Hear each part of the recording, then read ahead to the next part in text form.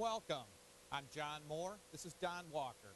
We're with JHM Technologies, and today we're going to demonstrate for you the light RTM process, and we're going to create a sink basin. So to start the process, we've already applied release agent to the entire mold surface. Now this is the lower half of the mold. Indifferent than what you may normally see where the lower is a female, in this case it's a male, and it makes it an excellent tool for our demonstration purposes, because once we're injecting, you'll actually be able to see the resin flowing through the upper mold half. Right now, as I say, there is release already applied. The mold is made out of a tooling gel coat, fiberglass reinforced laminate, backed up with steel box tubing, simple box tubing structure. So it's lightweight but robust tooling, and we're going to mask off the area, because the first step in building the part is to apply the finish coat to the mold, which is a gel coat, a thermoset polyester type material that is going to be applied to the exposed red area, which is the mold cavity, making up the sink basin. So right now Don's masking off the flange area that we do not want to coat with gel coat, and he's doing that with the masking tape and masking paper. So once that's complete, next, you'll see us move it into the gel coat area and spray the gel coat on. So sit back and watch, and you'll see just how the RTM light process works. Hi, welcome back. The next step, as I said, is to apply the gel coat. Now, the gel coat is the finish of, in this case, the sink basin. So in a moment here, you'll see Don come on. He's gone ahead and taken the gel coat, mixed it with the peroxide catalyst, and now is going to apply that to the release surface. In other words, that surface again has a release agent on it, so the gel, or the final part as it were, will release off of this mold, won't stick to it. So next we'll see Don applying the gel coat to the entire mold surface. You'll also see him checking the gel coat thickness with a wet film gauge. So I'll get out of the way and let Don do what his thing.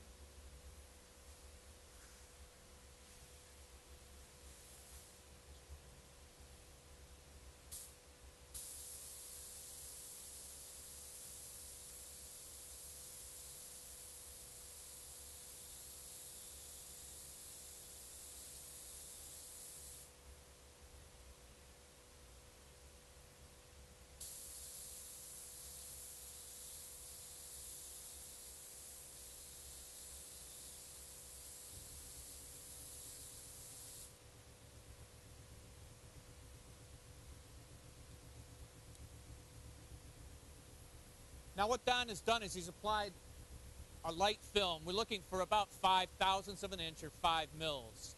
We let that gas off, and then we continue with another spray on top of that and continue to build the gel coat thickness to between 18 and say 20-25 mils of thickness.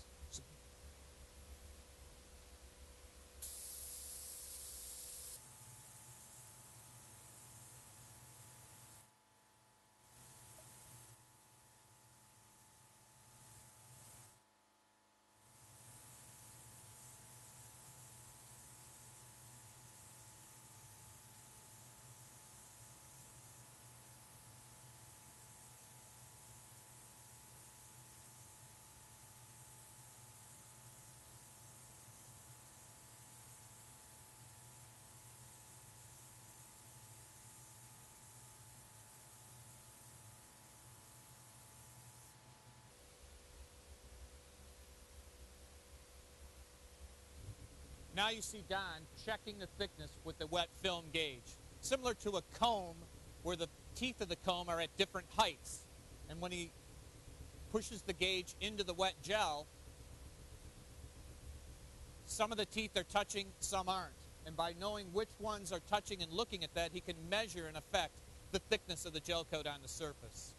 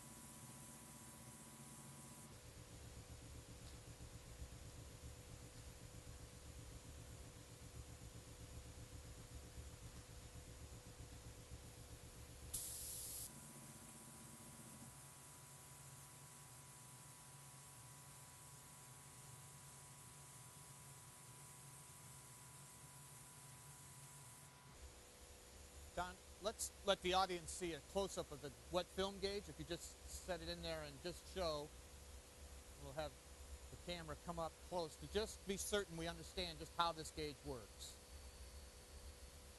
Just hold that up, and you can see, if you tip it up vertically, the other point the teeth down, you can see that there are teeth on there, and those that aren't touching indicate higher depth or greater thickness, which are beyond the area we want. The ones that are in touching are within the tolerance that we're looking for. So we've got about a little over 20 thousandths on there, which is just what we're looking for.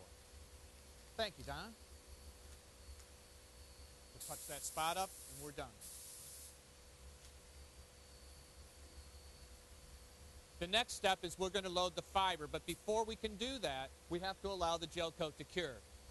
So again, give us a couple minutes. We're going to let the gel coat cure, and then we'll set up and we'll show you how to load the fiber reinforcement into the mold. Then we'll close the mold and inject the resin. Stand by. Okay, we're ready for the next step. Now, I mentioned that the gel coat had to cure, and we've done that. We've given it time now. It's been about 25 minutes.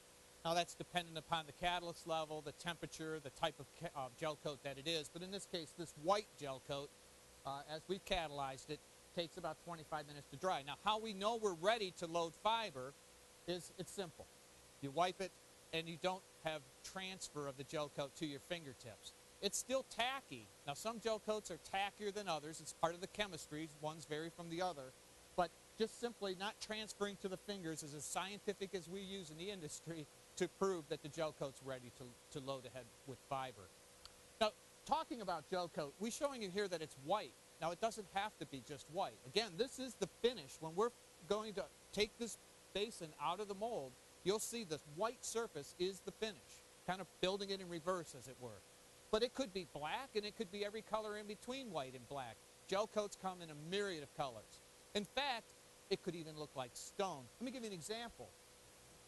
Here's the same basin with a granite surface. Now, that looks like stone, as it were. So gel coats are available from your manufacturers in a variety of colors and in a variety of textures or appearances to look, as it is in this case, even like stone.